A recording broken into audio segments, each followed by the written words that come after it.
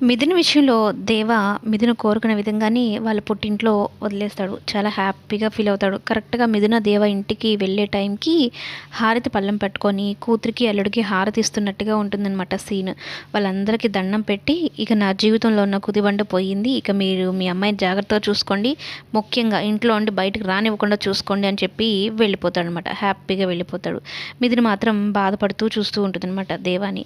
అయితే ఇక హరివర్ధన్ కూడా మిథున విషయంలో చాలా బాధపడుతూ ఉంటాడు. నా కూతురు నేను ఎలా చూసుకున్నాను, ఎలా ఉండేదాన్ని నా కూతురుతో అని. ఇక అదే సమయంలో బాధపడిన సమయంలో మిథున వచ్చి ఎదురుగా నిలబడుతుంది. ఇది కళ నిజమా మిథున, నేను నమ్మలేకపోతున్నానని అనుకుని చేతులు పట్టుకుంటాడు. నిజమే నాన్న, నీ కోసమే వచ్చాను. ఎప్పటిలాగే నీ బర్త్‌డే నేనున్నప్పుడే జరుగుతుంది అన్నట్టు మాట్లాడుతుందనమాట. ఇక మిథున దగ్గరికి తీసుకొని తన సంతోషాన్నంతా వెళ్ళబుచ్చుతూ ఉంటాడు. అయితే దేవ వదిలిపెట్టేసి వెళ్ళిపోయాడు కదా మిథునని, ఆ బాధలోనే ఉంటుందన్నమాట మిథున. ఇక ముగ్గురు కలిసి అంటే అత్తయ్య, ఇద్దరు కోడళ్ళు కలిసి గుడికి వెళ్తారు. గుడిలో ఒక షాకింగ్ నిజం తెలుస్తుంది శారదమ్మకి. మీ ఇంటికి వెతుక్కుంటూ వచ్చిన మహాలక్ష్మిని మీ చేతులారా పంపించేశారు. మీ కొడుకు జీవితంలో వచ్చిన వరమహాలక్ష్మి ఆ అమ్మాయి.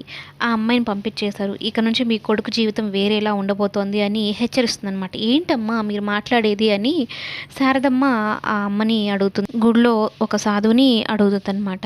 అయితే మిథున గురించి అసలు విషయం అప్పుడే తెలుస్తుంది. మిథున దేవాంశ కలిగిన అమ్మాయి.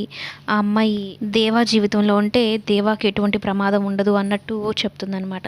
వాళ్ళిద్దరి పెళ్లి కూడా దైవానుగ్రహంతో జరిగిన పెళ్లి అని చెప్పడంతో ఒక్కసారిగా షాక్ అయిపోతుందన్నమాట శారదమ్మ.